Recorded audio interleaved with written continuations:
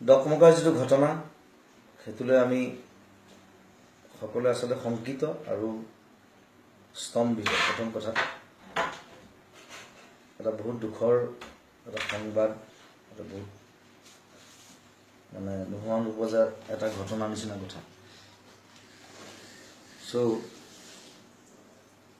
প্ৰতিবাদ সকলোৱে কৰিছে, সকলোকে ধন্যবাদ তাৰ কাৰণে যে দুজন উদীয়মান প্ৰতিভাৱান ল'ৰা যাক মৰিয়া মৰিয়া মাৰি পেলালে, তাত তেওঁলোকৰ কাৰণে সকলো ওলাই আহিছে।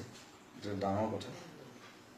মই আজি পোষ্ট দিছোঁ, মই মোৰ পেজত, আৰু মই বাহিৰে বাহিৰে ঘূৰি ফুৰিছিলোঁ, আহি পালোঁ। কাইলৈ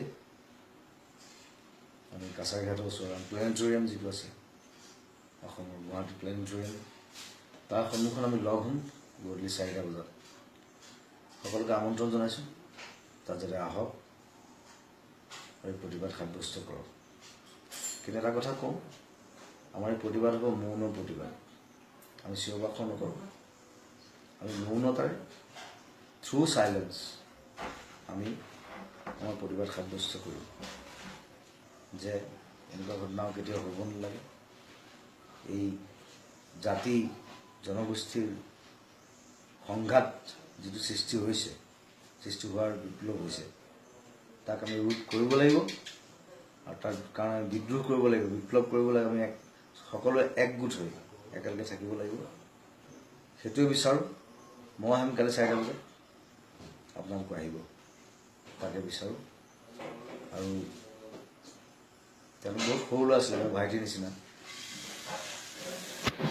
দুইজনৰ অভিজিত আৰু নিলোৎ পল, দুইজনৰ আত্মাৰ সদ্গতি কামনা কৰিছোঁ।